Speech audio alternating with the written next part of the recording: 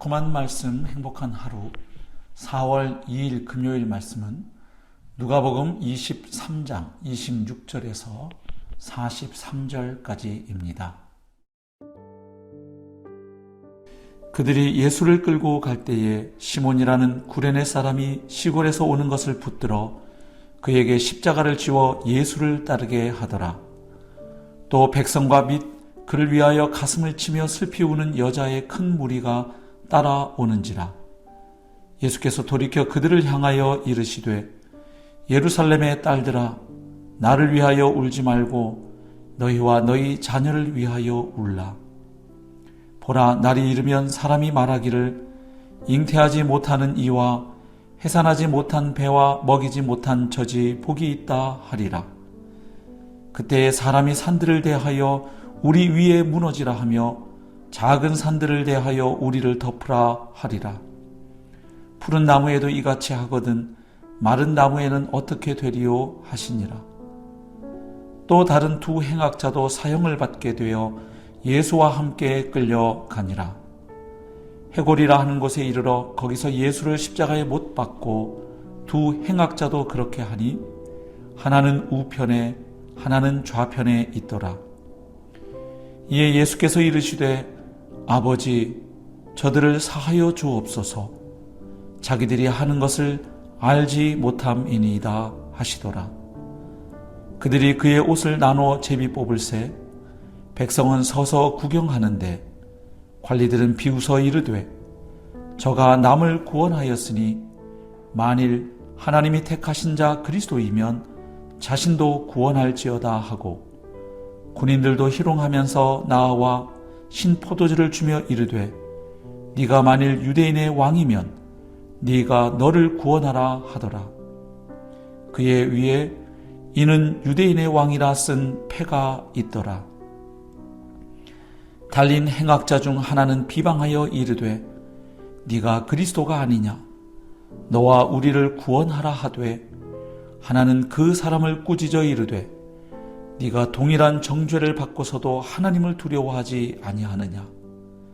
우리는 우리가 행한 일에 상당한 보응을 받는 것이니 이에 당연하거니와 이 사람이 행한 것은 옳지 않은 것이 없느니라 하고 이르되 예수여 당신의 나라에 임하실 때에 나를 기억하소서 하니 예수께서 이르시되 내가 진실로 내게 이르노니 오늘 내가 나와 함께 낙원에 있으리라 하시니라.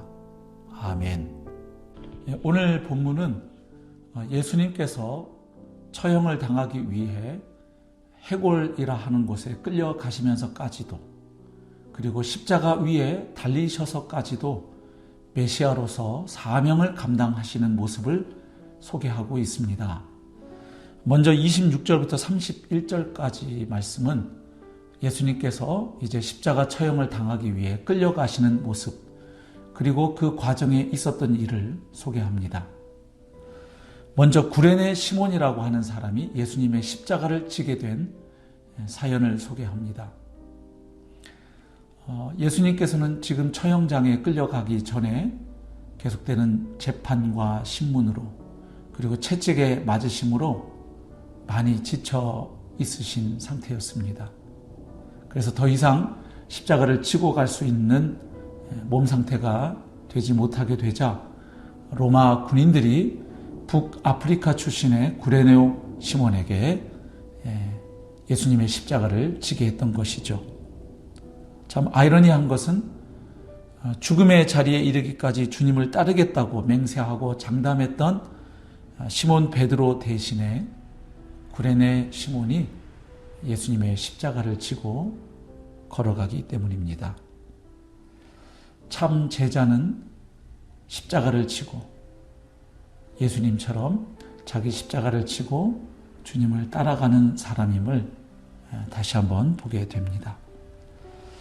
그리고 이때 예수님이 처형장으로 끌려가는 그 모습을 보며 안타까워하고 슬퍼하는 사람들이 있었습니다. 그래서 많은 사람들이 예수님의 뒤를 따랐는데 그 중에 슬피 우는 여인들을 보시며 예수님께서 하신 말씀이 있습니다. 그들을 향하여 예수님께서는 나를 위하여 애통하지 말고 너희와 너희 자녀를 위하여 울라고 말씀하십니다. 지금 위하여 애통해야 할 대상이 바로 너희와 너희 자녀임을 말씀하셨던 것이죠.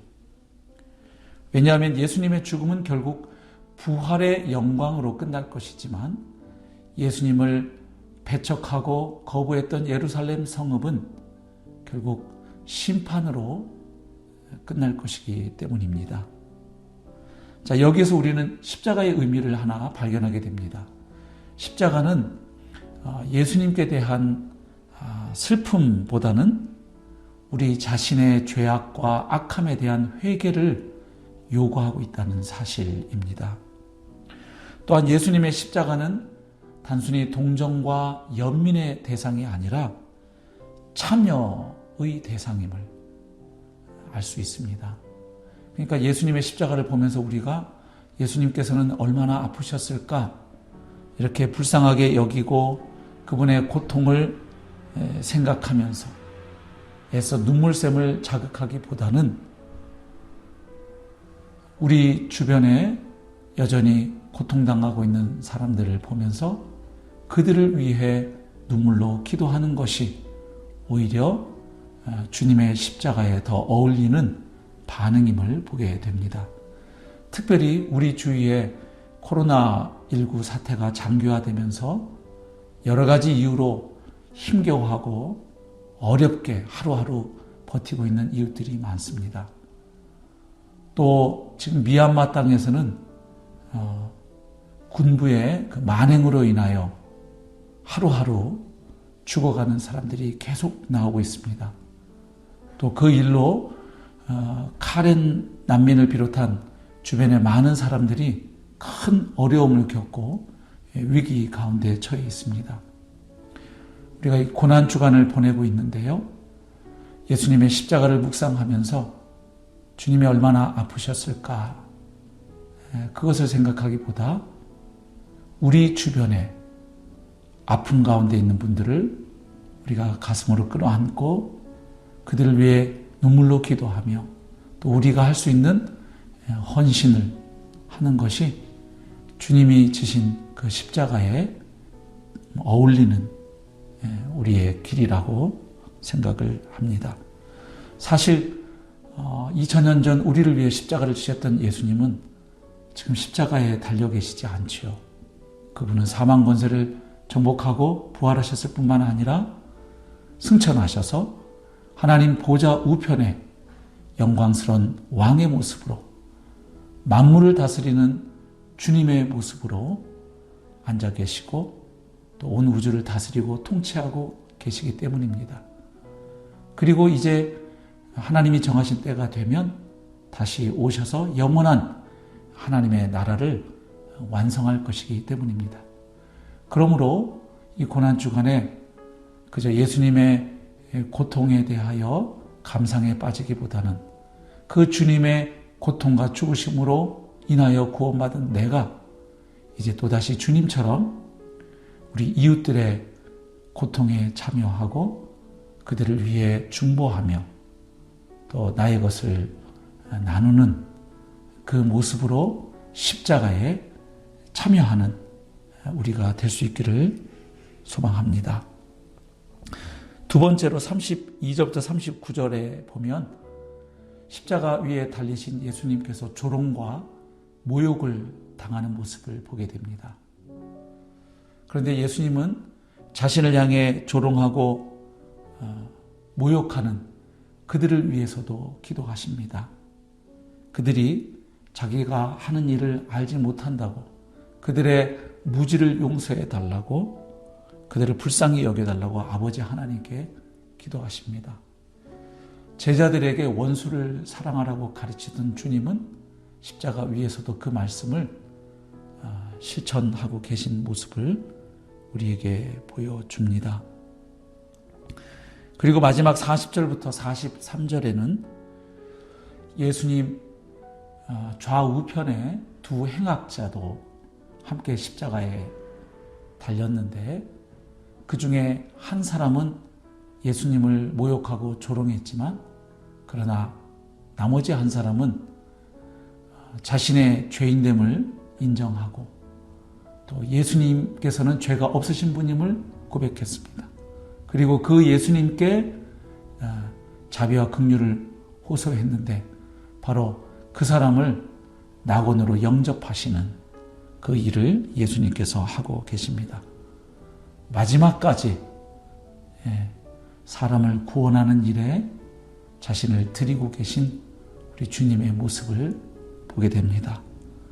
또한 이 강도, 이 행악자의 모습을 통하여 구원은 우리의 노력이나 행위나 공로로 말미암아 주어지는 것이 아니라 철저하게 하나님의 은혜와 자비와 긍휼을 덧입는 것임을 다시 한번 확인하게 됩니다. 사랑하는 성도 여러분,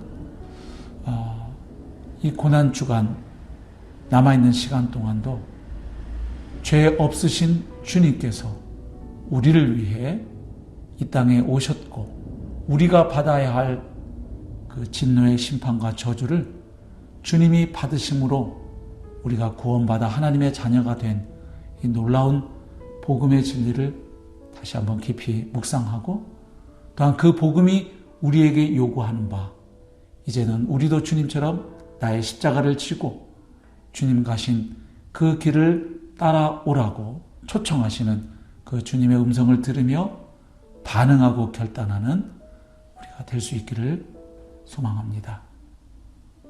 참된 제자의 길을 걸어가므로 주님 다시 오실 그날을 준비하는 우리 모두가 될 수 있기를 소망합니다.